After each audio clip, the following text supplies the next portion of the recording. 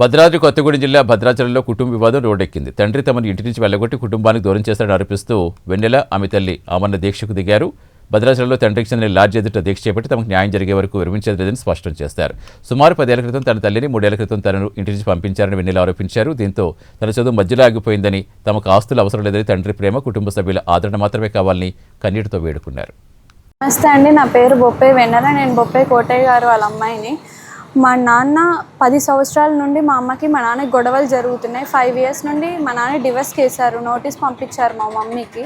నేను 2023లో మా అమ్మ దగ్గరికి వెళ్ళిపోయాను. ఇంటర్మీడియట్ చదివేటప్పుడు మా నాన్న నన్ను పట్టించుకోవట్లేదు. నాకు ఏమైనా హెల్త్ బాగోకపోతే షాప్లో వర్కర్స్ని పంపిస్తారు. మా నాన్న వచ్చేవాళ్ళు కాదు, పట్టించుకునే వాళ్ళు కాదు. ఏమనంటే నాకు బిజీగా ఉన్నాను, నేను షాప్లో ఉన్నాను అని చెప్పేవాళ్ళు మా నాన్న.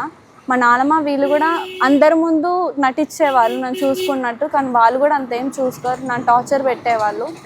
నేను మా అమ్మ దగ్గరికి డివోర్స్ అసలు ఇవి నోటీస్ ఏం లేనప్పుడు వెళ్ళి తిరిగి మా నాన్న దగ్గరికి వెళ్తుంటే మా నాన్న నన్ను దగ్గర తీసుకోలేదు. నువ్వు మీ అమ్మ దగ్గరికి వెళ్ళావు, నువ్వు నాకు వద్దు అని చెప్పారు. నువ్వు నా దగ్గర రావాలంటే ఇలాగా మా ఇద్దరు డివోర్స్ అవ్వాలి, అప్పుడు నేను తీసుకుంటాను అని చెప్పారు. ఆగస్ట్ 4న కూడా వెళ్ళాను మా నాన్న దగ్గరికి, తీసుకుంటాను అన్నారు మా నాన్న. అక్కడ నాతో అన్నీ మాట్లాడారు. మా మమ్మీకి ఇంత ఇస్తాను అని కూడా చెప్పారు. మా మమ్మీకి డివోర్స్ ఇవ్వాలని ఇష్టం లేదు, కానీ తన వల్ల నా లైఫ్ స్పాయిల్ అయిపోతుంది అని చెప్పేసి మా మమ్మీ ఇంకా ఈ నిర్ణయం తీసుకున్నారు. ఆగస్ట్ 4న ఆఫ్టర్నూన్ వరకు మేము ఇద్దరం మాట్లాడుకున్నాం. ఈవినింగ్ మళ్ళీ ఇదే విషయం కొంతమంది నెంబర్స్ ఇచ్చారు నాకు, ఫోన్ నెంబర్స్, సోమశేఖర్ అని చెప్పి. ఆయనకు కాల్ చేస్తే మేము ఇందులోకి ఇన్వాల్వ్ అవ్వట్లేదమ్మా, అన్యాయం జరిగితే మేము ఉండము, న్యాయం అయితే మేము వస్తాం మాట్లాడడానికి అని చెప్పి మేము ఇన్వాల్వ్ అవ్వమని చెప్పి ఫోన్ కట్ చేశారు. ఆయన లేరు. అయితే ఇదే విషయం మా నాన్న దగ్గరికి వెళ్ళి చెప్దామంటే ఆయన ఆ రోజు నుండి ఒక 1 వీక్ వరకు కనిపించలేదు. నేను ఆగస్ట్ 6న ధర్నా చేసినప్పుడు కూడా సిఐ గారి దగ్గర కూడా వచ్చామండి. ఆ రోజే వచ్చాము, అమ్మకి న్యాయం చేస్తామని చెప్తే ఆయన నమ్ముకొని వచ్చాము మేము. ఇప్పటికీ మేము ఆయన నమ్ముకునే ఉన్నాము.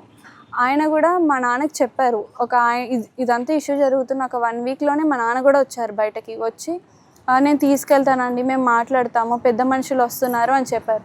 వీళ్ళ తరపున పెద్ద మనుషులు అంటే ఇంట్లో ప్రసాద్ తాతయ్య, శ్రీనివాస్ మామయ్య, గంగాతయ్య వీళ్ళెవ్వరు కాదంట అండి, సిపిఐ పార్టీ వాళ్ళంట.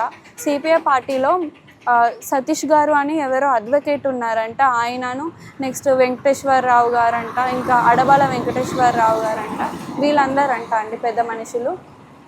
వాళ్ళతో మాట్లాడిస్తున్నారు. ఆ సతీష్ గారు ఆయన న్యాయం జరుగుతుంటే మాకు న్యాయం జరగకుండా అడ్డుపడుతున్నారు. మేము లాయర్గా రాలేదు, మేము పార్టీ తరపున రాలేదు, మేము ఇలా రాలేదు, మేము జస్ట్ పెద్ద మనుషులుగా వచ్చాము, కూర్చుంటున్నాము అని చెప్తున్నారు. పార్టీ ఆఫీస్కి వచ్చి మాట్లాడుకోండి అని మమ్మల్ని పార్టీ ఆఫీస్కి తీసుకెళ్తున్నారు.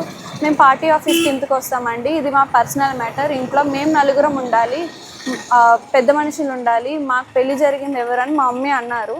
మా అమ్మగారు అంటే లేదండి మీ పార్టీ ఆఫీస్కి రావాలి, అక్కడ వచ్చి మాట్లాడుకుంటే మీకు న్యాయం జరుగుతుందని చెప్తున్నారు. సిఏ గారికి ఇదే మాట చెప్పాము, ఆయన హరితాలో పెట్టుకోమని చెప్పారు. మేము శనివారం తిరిగాము, ఆదివారం తిరిగాము, సోమవారం 3 రోజులు తిరుగుతూనే ఉన్నాం ఈ విషయం వల్ల.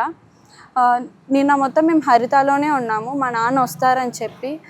అక్కడికి కూడా మా నాన్న రాలేదు. సిఏ గారు కూడా ఫోన్ చేస్తే నాకు ఇలా కాళ్ళు బాగాలేదని చెప్పి నాటకాలు ఆడుతున్నారు మా నాన్న. సిఏ గారి మాట కూడా వినట్లేదు. పోలీస్ స్టేషన్కి పిలిచినా మా నాన్న రావట్లేదు. మా నాన్న ఫోన్ వేరే వాళ్ళు లిఫ్ట్ చేసి ఇట్లా ఉన్నారండి ఇట్లా అని చెప్పేసి మాట్లాడుతున్నారు. మా నాన్న పోలీసుల మాట కూడా వినట్లేదండి. ఇప్పుడు మా నాన్న ఇక్కడ మేము ఇలా కూర్చున్నందుకు మా నాన్న ఇప్పటికైనా వస్తాడు అని చెప్పి ఉన్నాం, అంతే తప్ప మాకు ఇంకా దేని మీద ఆశ లేదు. ఇంకా అంతా పోయింది. నేను 19 ఇయర్స్ ఇప్పుడు చదువుతున్నాను, నేను ఇంజనీరింగ్ చదువుతున్నాను. ఈ టైంలో నేను కాలేజ్లో ఉండాలి, కానీ 1 మంత్ నుండి నేను ఇట్లనే తిరుగుతూ ఉన్నాను. ఇప్పుడే కాదండి, 3 ఇయర్స్ నుండి నా ఇంటర్మీడియట్ అయినా ఏమైనా మొత్తం అసలు నేను కాలేజీకి కూడా సరిగ్గా వెళ్ళలేదు. నా చదువు మొత్తం పోయింది.